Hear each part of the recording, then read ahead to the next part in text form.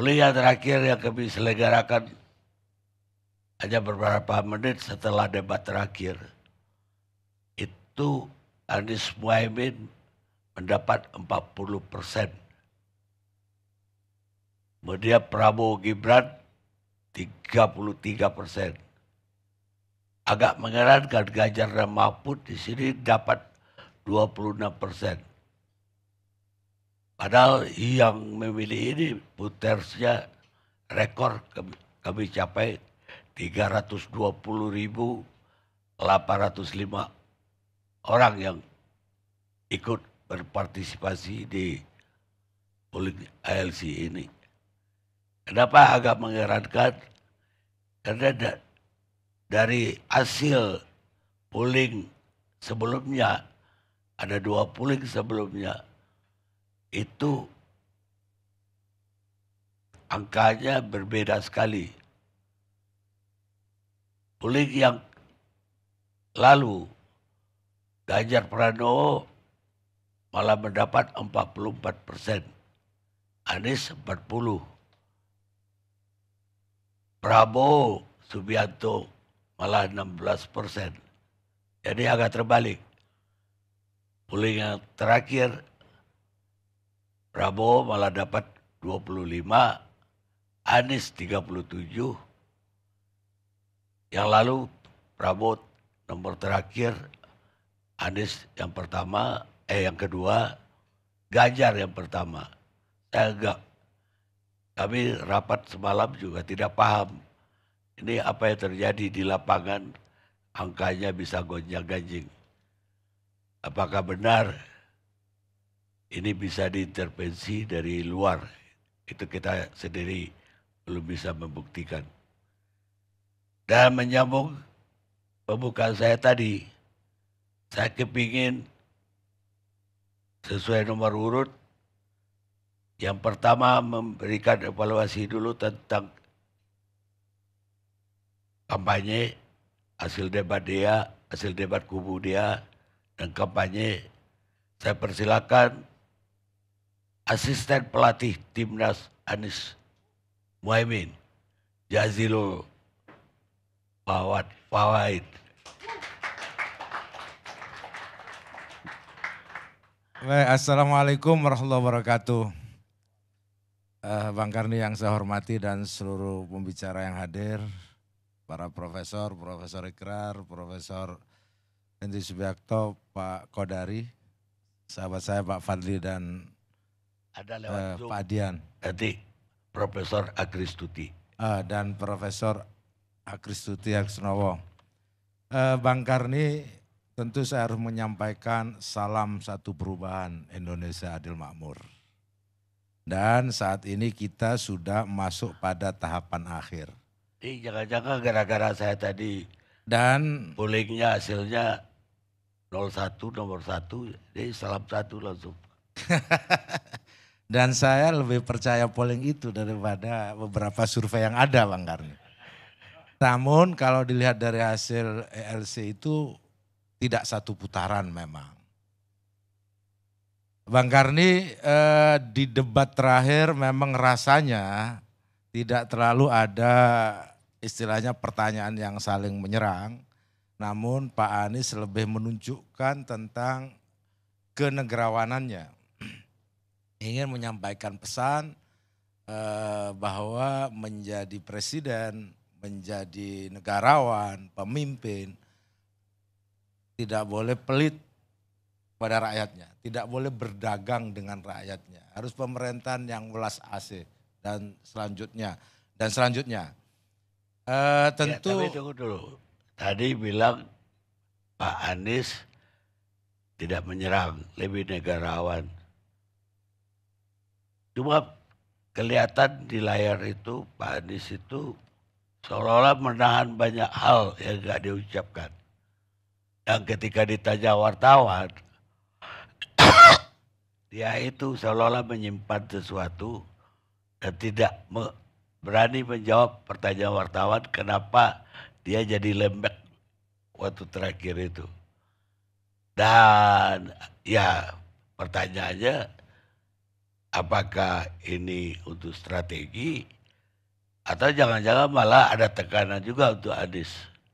Ya kalau soal tekanan dari awal ada tekanan Bang Enggak, Karni. untuk berbicara terus terang di debat kemarin. Ya gini Bang Karni, dari evaluasi debat sebelumnya Pak Anies menyampaikan sesuatu secara gamblang, terbuka, dan cenderung dianggap menyerang.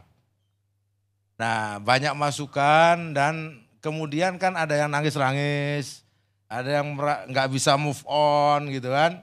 Sehingga ada masukan supaya Pak Anies tidak, ya diperlunak kira-kira begitu. Karena pertama rakyat Indonesia sudah mulai paham. Sudah mulai paham terhadap keadaan politik yang ada. Ini yang perlu saya jelaskan, Bang Karni. Dan ini kemudian pemahaman ini masuk ke kampus juga. Para guru besar kemudian menyatakan sikapnya. Ada yang bilang ini guru besar kok terlambat. Kira-kira begitu. Untuk menyatakan sikap atau mengingatkan. Sesungguhnya tidak terlambat. Karena sebelum-sebelumnya juga sudah banyak nasihat terhadap kekuasaan hari ini, betapa telanjangnya praktek kira-kira tanda kutip tipu muslihat, praktek yang melanggar etika yang dilakukan oleh pemerintah sehingga dia membelakangi demokrasi bahkan cenderung menjerumuskan. Nah ini kemudian kampus menyuarakan itu. Jadi apa yang disampaikan oleh Pak Anies itu kelihatannya dan dari awal memang koalisi perubahan ini mendapatkan momentumnya ketika rakyat sudah paham terhadap keadaan politik hari ini yang serba niretika, yang mengabaikan moral. Sehingga bahkan gerakan guru besar ini dianggap partisan, dianggap orkestrasi politik. Padahal yang terjadi hari ini adalah rekayasa politik yang dilakukan oleh pemerintah hari ini. Rekayasa politik lewat MK yang kemudian muncul MK, rekayasa politik di KPU, kemudian muncul putusan DKPP, termasuk rekayasa ASN, mutar-muternya mutasi promosi di TNI dan polisi, rekayasa bansos, banyak rekayasa yang lain sehingga mengukur suara guru besar ini dianggap juga bagian dari rekayasa. Jadi mengukur perutnya dengan ikat pinggangnya sendiri. Jadi sehingga menurut saya inilah momentum akhir inilah yang meyakinkan kepada pasangan Anies Gus Muhaimin bahwa pasangan Amin inilah yang diharapkan oleh publik. Perubahan yang lebih baik ke depan ini yang diharapkan oleh publik. Oleh sebab itu muncul keyakinan yang besar bagi koalisi perubahan akan memenangkan di kontestasi hari ini. Bang Karni, kira-kira ada dua hal yang saling mengkait dalam konteks konstelasi pemenangan atau kontestasi. Satu adalah konteks mesin politik, koalisi, partai koalisi, caleg, relawan dan lain-lain, upaya kampanye, debat dan lain-lain, dan pada akhirnya nanti tanggal 10 di JIS kampanye terakhir pasangan Amin, dan sekarang tiket sudah ludes dari 3,5 juta yang mendaftar untuk hadir. Nah, lihat saja nanti apa itu menjadi kenyataan atau tidak, tetapi itu akan menjadi gelombang bagi 01 dan berikan pesan kepada rakyat Indonesia betapa besarnya keinginan untuk perubahan. Yang kedua, keadaan eksternal di mana dinamika sosial politik hari ini mengarah kepada mengkoreksi keadaan.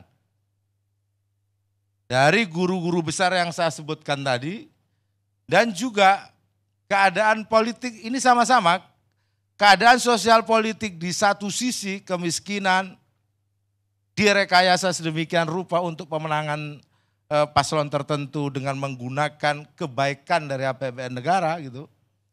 Di satu sisi yang lain ada muncul gerakan moral dari kampus sekarang ke mahasiswa sebentar lagi saya yakin turun kepada rakyat, dan ini akan menjadi gelombang gerakan perubahan yang lebih besar di Republik ini. Maka hasil dari LC tadi masih ada waktu sepekan, saya yakin bukan tidak mungkin pasangan 01 akan lebih naik lagi suaranya dari 40% menjadi 45%, dan jika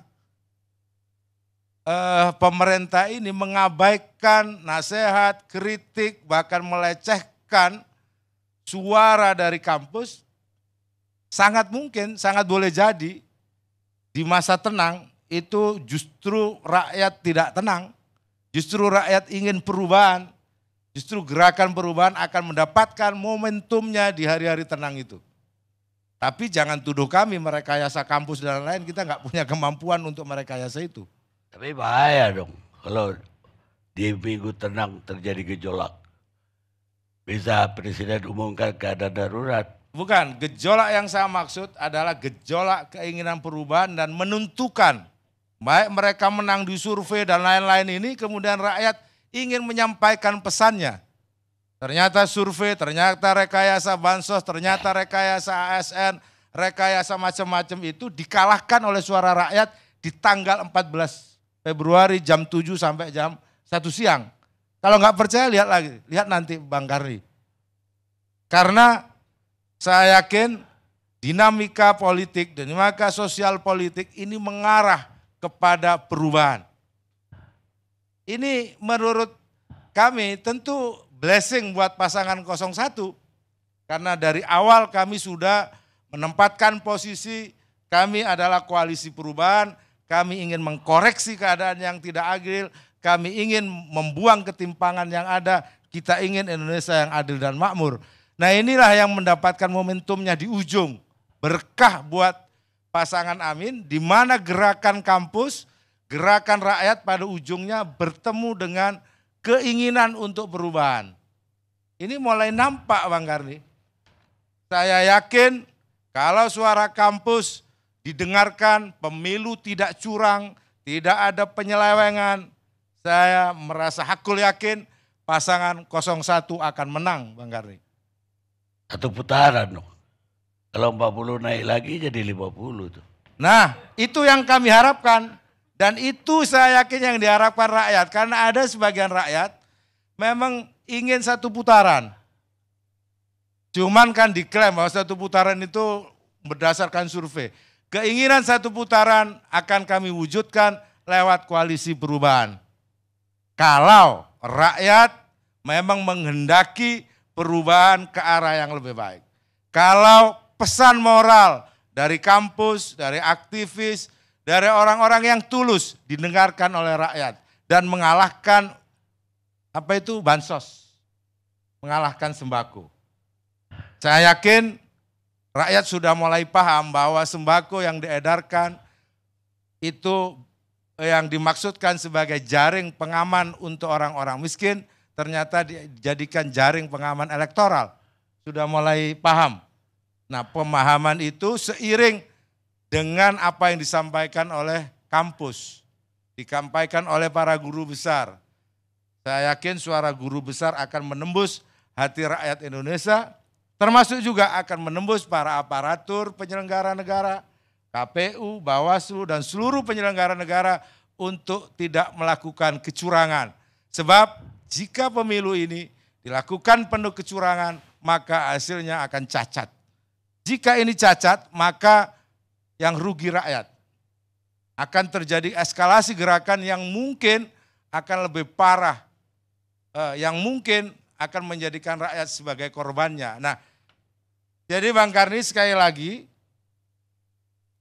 polling ELC ini malam ini menjadi kekuatan buat pasangan 01 untuk confident masuk dalam satu putaran ataupun 2 putaran kami siap. Jadi dengan 2 hal tadi, pertama mesin kita hidup, kampanye terus kita berjalan, malah kampanye kami tidak ada yang bayaran tuh Bang Karni. Mereka datang ke lapangan dengan sukarela. Dan dinamika sosial politik juga mendukung arah dari angin perubahan yang dinanti-nantikan oleh rakyat. Kampanye siapa yang bayaran? Ya, kami tidak menyebutkan itu Bang Karni. Kami hanya menyebutkan bahwa kampanye kami tidak dibayar gitulah. Kira-kira begitu. Kalau itu terjadi 2 putaran, kubu mana yang terjungkal? Ya kalau bukan 01 kan 02, 03, salah satu aja. Ya kalau dari polling ELC kan jelas kubu 02 yang terjungkal. Dari polling? Polling tadi dia. Ya oke. Nomor 2 dia. Hah? Nomor 2. Yang terjungkal 3. Berapa? Yang ketiga. Oh ya, yang ketiga itu dari polling. Ya dari polling itu, kira-kira itu ukuran saya pertama Karni. Berarti 03 yang terjungkal. Nah sekarang dari situasi politik eksternal yang berkembang menurut saya itu juga patut dipertimbangkan. Jadi walaupun 1 pekan dianggap waktu yang tidak terlalu panjang, namun di dalam politik waktu itu cukup untuk mengubah persepsi publik, mengubah persepsi rakyat. Namun sekali lagi pasangan 01 memiliki energi yang lebih kuat karena dari awal kami pro perubahan. Kami bersama rakyat untuk melakukan perubahan. Kami ingin melakukan koreksi terhadap keadaan dan melakukan perbaikan terhadap keadaan. Jadi yang ya kalau pakai polling itulah Bang Karni. Tapi saya tidak ingin mendahului takdir lah ya. Karena bagi kami, bagi 01 yang penting kami fokus bekerja. Saya minta seluruh jaringan, relawan, pejuang perubahan fokus bekerja di hari akhir. Jaga TPS, jaga Amin dan menangkan 1 putaran. Kira-kira begitu Bang. Ya tapi kalau kita menyimak ya rekayasa kecurangan yang tadi Anda sebutkan. Itu ya 1 putaran 02 kalau itu benar. Saya pikir rakyat kita cerdas sudah Bang Karni. Sudah terlalu lama dibodoh-bodohi sehingga mereka menjadi cerdas. Jadi kalau sekarang katakanlah memang ada semacam rekayasa, manggil kepala desa, para tokoh dan lain-lain lah. Diorkestrasi, direkayasa untuk mengarah kepada pasangan tertentu. Saya yakin rakyat tetap ingin perubahan. Justru semakin dilakukan itu rakyat semakin cerdas. Buktinya guru besar, kampus, mahasiswa mulai bersuara. Saya yakin itu adalah suara rakyat. Saya yakin suara itu suara nurani, suara yang murni, bukan suara rekayasa, apalagi suara istana.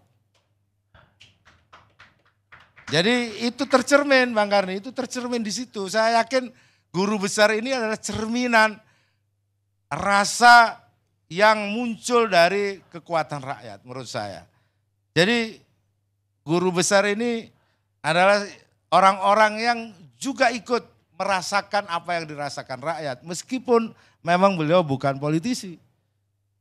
Tapi adalah orang-orang yang selama ini memberikan pencerahan kepada mahasiswa, memberikan pencerahan kepada masyarakat, dan hari ini memberikan pencerahan kepada pemerintah. Mudah-mudahan bisa dicerahkan.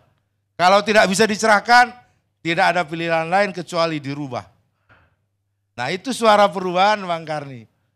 Kalau ramalan saya, pemilu besok itu atau 14 Februari, kalau 1 putaran itu presidennya Prabowo. Kalau 2 putaran baru presidennya nomor 1 atau nomor 3. Bisa jadi Bang Karni menyampaikan pendapat seperti itu, tapi keadaan di masyarakat tidak seperti itu Bang Karni. Pertama kita lihat komposisi partai-partai. Memang komposisi partai-partai di 02 kurang lebih 40%. Kami hanya sekitar 29, 30 dan di 03 25%. Tetapi komposisi itu tidak menunjukkan angka elektoral ketika hari H pemenangan di TPS.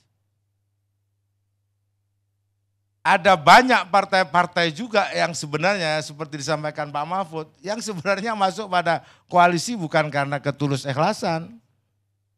Apa? Ya katanya seperti bebek, ya Pak Mahfud yang tahu. Saya tentu Kalau bebek, ya di ini lehernya, diikat lehernya kira-kira begitu. Artinya apa? Suara partai yang bergabung dalam koalisi belum tentu diikuti oleh mayoritas dari anggotanya. Dan itu terjadi. Saya pernah satu kegiatan, banyak teman, ada juga yang dari P3, ada juga yang dari Golkar, ada yang juga dari PAN yang bergabung di kampanye itu, Bang Karni. Ada namanya juga KIB, koalisi kuning, hijau, biru.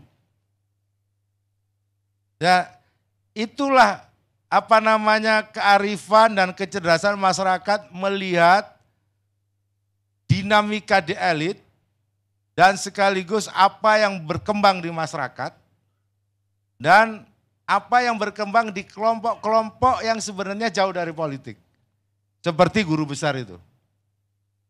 Nah, kelompok yang jauh dari politik ini ketika bersuara, saya yakin suaranya akan terdengar keras di telinga rakyat. Kalau ternyata yang diperingati itu tidak mendengarkan, maka suara yang di telinga rakyat itu akan menjelma menjadi raksasa yang akan memakan pemerintahan itu. Itu Bang Karni, kira-kira begitu.